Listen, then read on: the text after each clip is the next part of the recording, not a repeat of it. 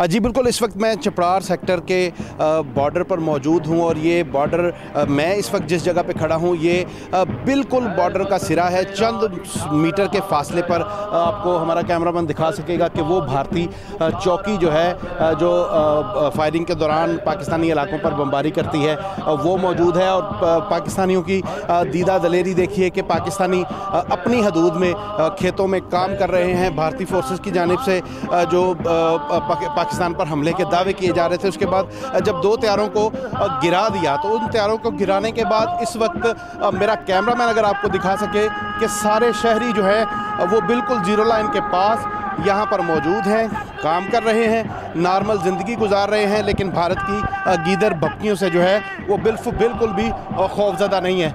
मैं इनसे बात भी करूँगा, इनसे मिलने के बाद जो है वो एहसास होता है कि जो असल जंग है वो ये लड़ते हैं और इस जंग में लड़ने के दौरान जो दलेरी और जो हौसला इनका है वो काबिल दीद है। मैं इस वक्त अगर माफ़ कीजिएगा, अगर आपको दिखा सकूं तो ये देखिएगा शहरियों ने भारतीय परचमों को अपने पाँव के नीचे रौंदा हुआ है। ये पाकिस्तान के साथ मोहब्बत और भारत के साथ नफरत का इजहार है। क्या कहें? पाकिस्तान पाक आर्मी बिल्कुल पाकिस्तान आर्मी के साथ मोहब्बत का इजहार किया जा रहा है। मैं ये मेरा कैमरामैन अगर आपको दिखाए कि ये पीछे पाकिस्तानी मोर्चा है, इसके बिल्कुल दूसरी जानिब जो हम आपको पहले ही दिखा चुके हैं कि भारतीय फोर्सेस की जानिब से जो तार लगाई गई है उनके मोर्चे हैं वो मौजूद हैं।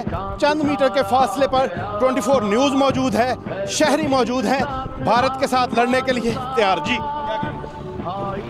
पाकिस्तान जी बेटा, आप क्या कहेंगे? आप बच्चे हैं, आप डर नहीं लग रहा? क्या इरादे हैं?